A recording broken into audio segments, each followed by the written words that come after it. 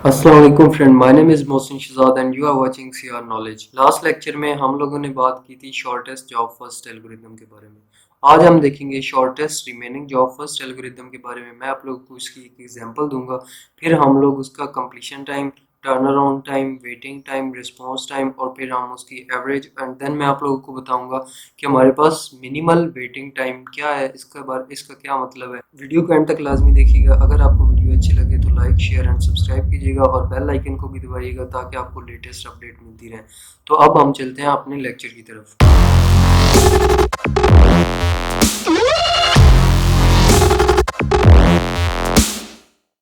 देखिए, shortest remaining job first, इसको हम प्रियम्पटिव शॉर्टेस्ट जॉब फर्स्ट भी कहते हैं। अब प्रियम्पटिव शॉर्टेस्ट जॉब फर्स्ट इसका क्या मतलब है कि जब हम हमारे पास एक न्यू प्रोसेस अराइव होता है और उसका जो बस टाइम है वो पहले वाले से कम है, तो हम उसको पहले वाले उससे फोर्सफुली सीपीयू को ले लेते हैं और दूसरे वाले को असाइन कर देते हैं।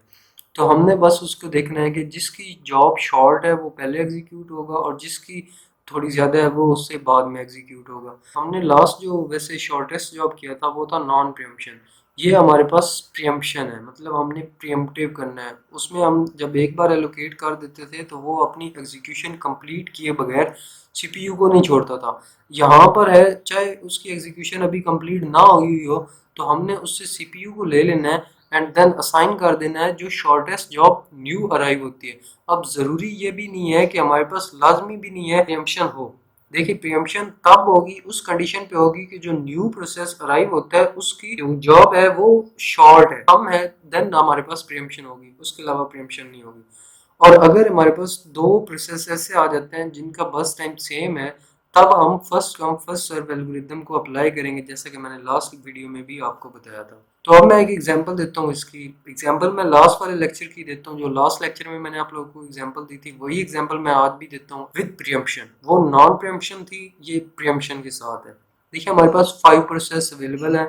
अराइवल टाइम भी उनका अवेलेबल है, बस टाइम भी उनका अवेलेबल है। देखिए, गैंट चार्ट हम शुरू करते हैं जीरो से। हमने सबसे पहले जो स्टार्ट करना है वो ये देखना है कि हमारे पास प्रोसेस जो सबसे पहले जीरो पे अराइव कौन सा प्रोसेस हुआ है, कौन सा प्रोसेस हमारे पास आया है।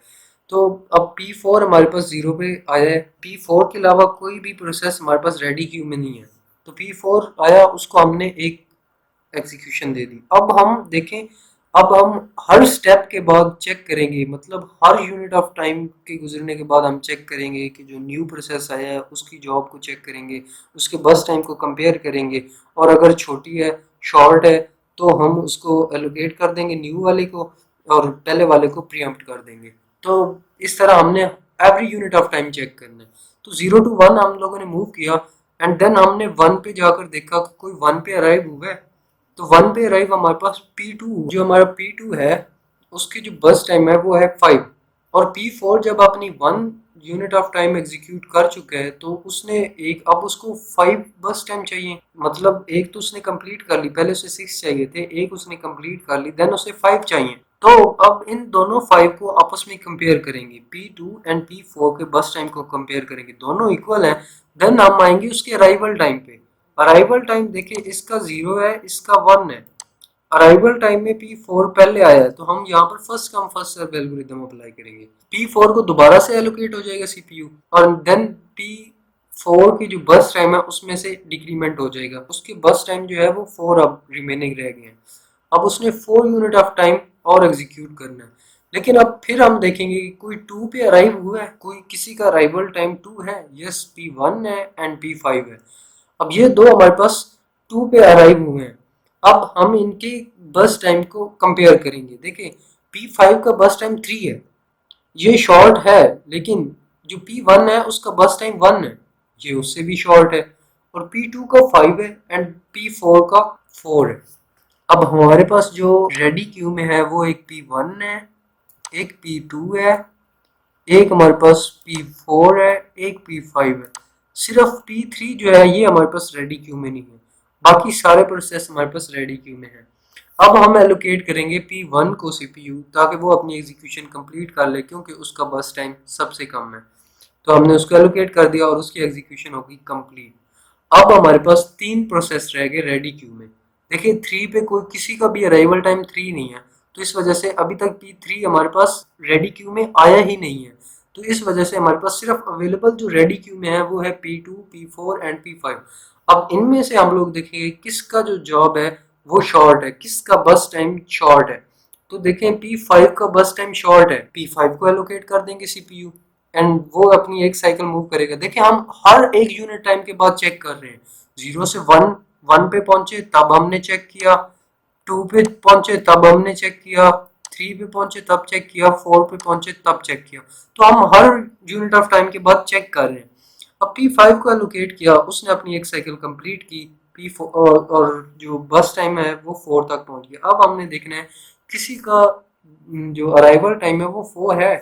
यस है, जो P3 है इसका अराइवल टाइम 4 है और इसकी जो बस टाइम है वो भी इन सारों से कम है जो कि अभी अवेलेबल है रेडी क्यू में। अवेलेबल रेडी क्यू में P2, P4 एंड P5 है और देन ऊपर से P3 न्यू आया है। तो अब P3 का जो जॉब है वो उन सबसे छोटा है, शॉर्टेस्ट बस टाइम है इसका, तो P3 को एलोकेट हो जाएगा। अब हम यहाँ पर शॉर्टेस्ट जॉब फर्स्ट को अप्लाई कर सकते हैं। देखें अब कोई भी हमारे पास प्रोसेस न्यू नहीं आएगा। अब जब हमें यकीन हो गया कि हमारे पास कोई न्यू प्रोसेस नहीं आएगा तब हम शॉर्टेस्ट जॉब अप्लाई कर सकते हैं, क्योंकि सारे प्रोसेस हमारे पास रेडी क्यू में आ गए हैं। अब P3 भी हमारे पास कंप्लीट हो गया, P3 ने अपनी एग्जीक्यूशन कंप्लीट कर ली। अब हमारे पास पीछे जो अवेलेबल है वो P2, P4 एंड P5 है।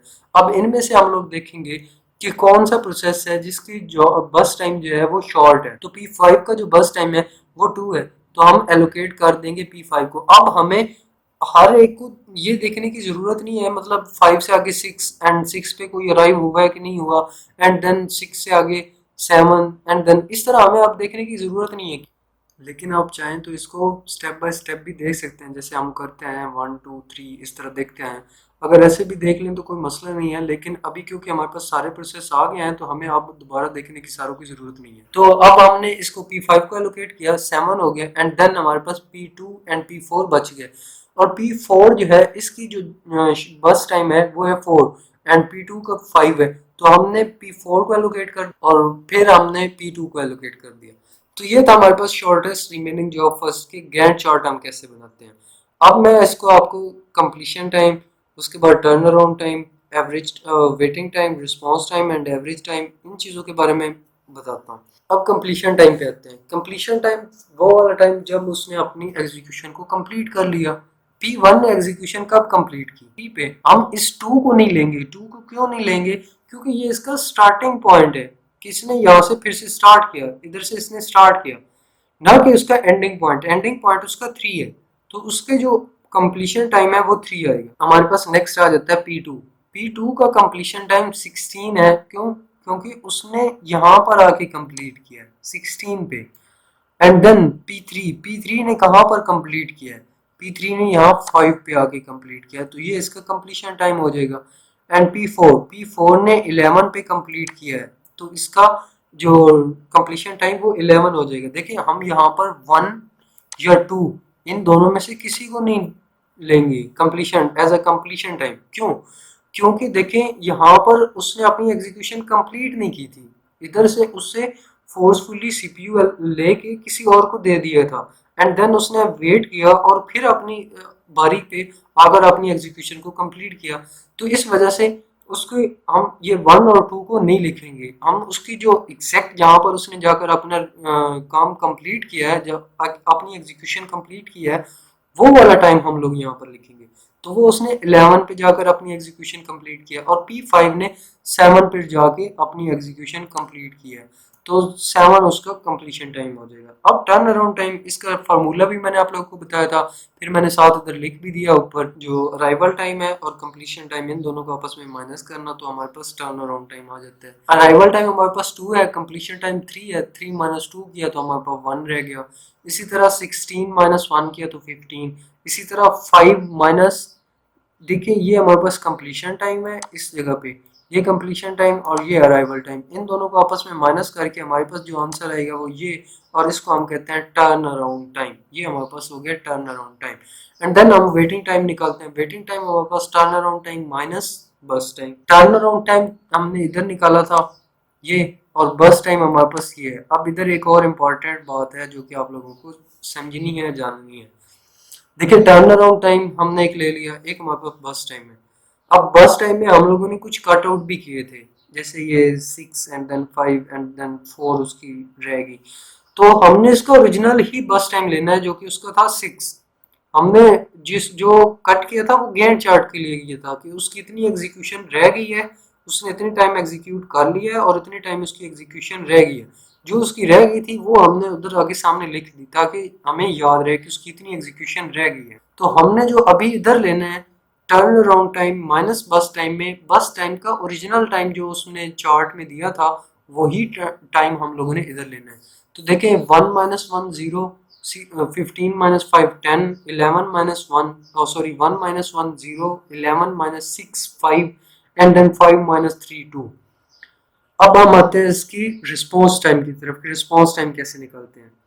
अब लास्ट लेक्चर में मैंने आप लोगों को बताया था अगर नॉन प्रियम्पशन हो तो रिस्पॉन्स टाइम वेटिंग टाइम के इक्वल होता है, लेकिन ये प्रियम्पशन है तो यहाँ पर रिस्पॉन्स टाइम वेटिंग टाइम के इक्वल नहीं होगा। देखिए कैसे, हमारे पास देखिए जब उसको फर्स्ट रिस्पॉन्स मिला, जो हमारे जो हमारा प्रोसेस है वो रेडी क्यू में आया और उसको फर्स्ट रिस्पॉन्स जब मिला वो वाला टाइम और उसके अराइवल टाइम को हमने माइनस करना है, तो हमारे पास आ जाएगा रिस्पॉन्स टाइम P1 जो है। इसको फर्स्ट टाइम रिस्पॉन्स कब मिला है, इधर गैंट चार्ट में देखें तो 2 पे हमें फर्स्ट टाइम इसको रिस्पॉन्स मिला है P1 को फर्स्ट टाइम रिस्पॉन्स मिला 2 पे, और इसकी जो अराइवल टाइम है वो भी 2 है। इसको वेट करना ही नहीं पड़ा, जब इसको वेट नहीं करना पड़ा तो इसका रिस्पॉन्स टाइम 0 हो गया।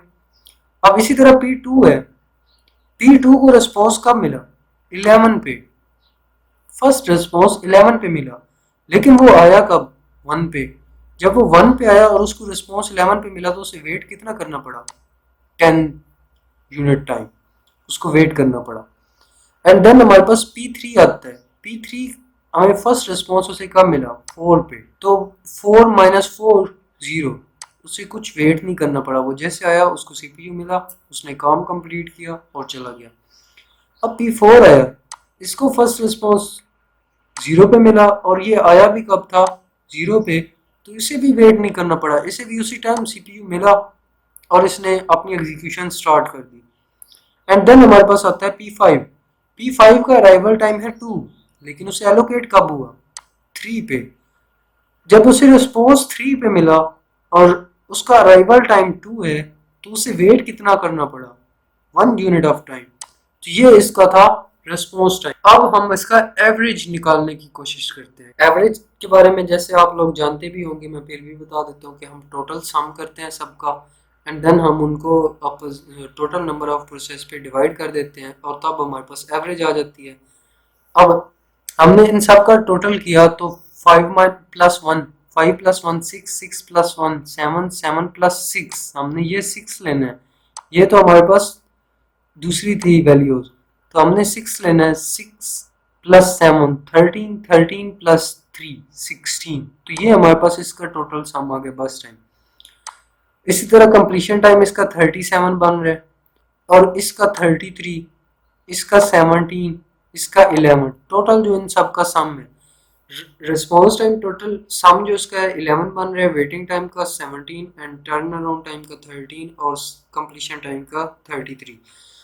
इसी तरह अब हमने इसकी एवरेज निकालनी है, तो एवरेज में हमने उनको टोटल नंबर ऑफ प्रोसेस पे डिवाइड कर दिया और उन सब की एवरेज ये 7 निकल आई, मैंने इधर 7 लिख दिया। 3.2 एक जो बस टाइम की एवरेज है 3.2 है, कंप्लीशन टाइम की 7.4 है, एक की 6.6 है टर्न अराउंड टाइम की, एंड 3.4 वेटिंग टाइम की और 2.2 रिस्पॉन्स टाइम की। अब मिनिमल वेटिंग टाइम पे आते हैं कि मिनिमल वेटिंग टाइम क्या है।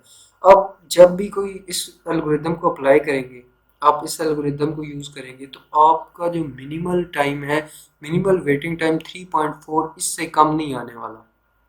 ये होता है मिनिमल वेटिंग टाइम की, इससे कम नहीं होगा जो भी कर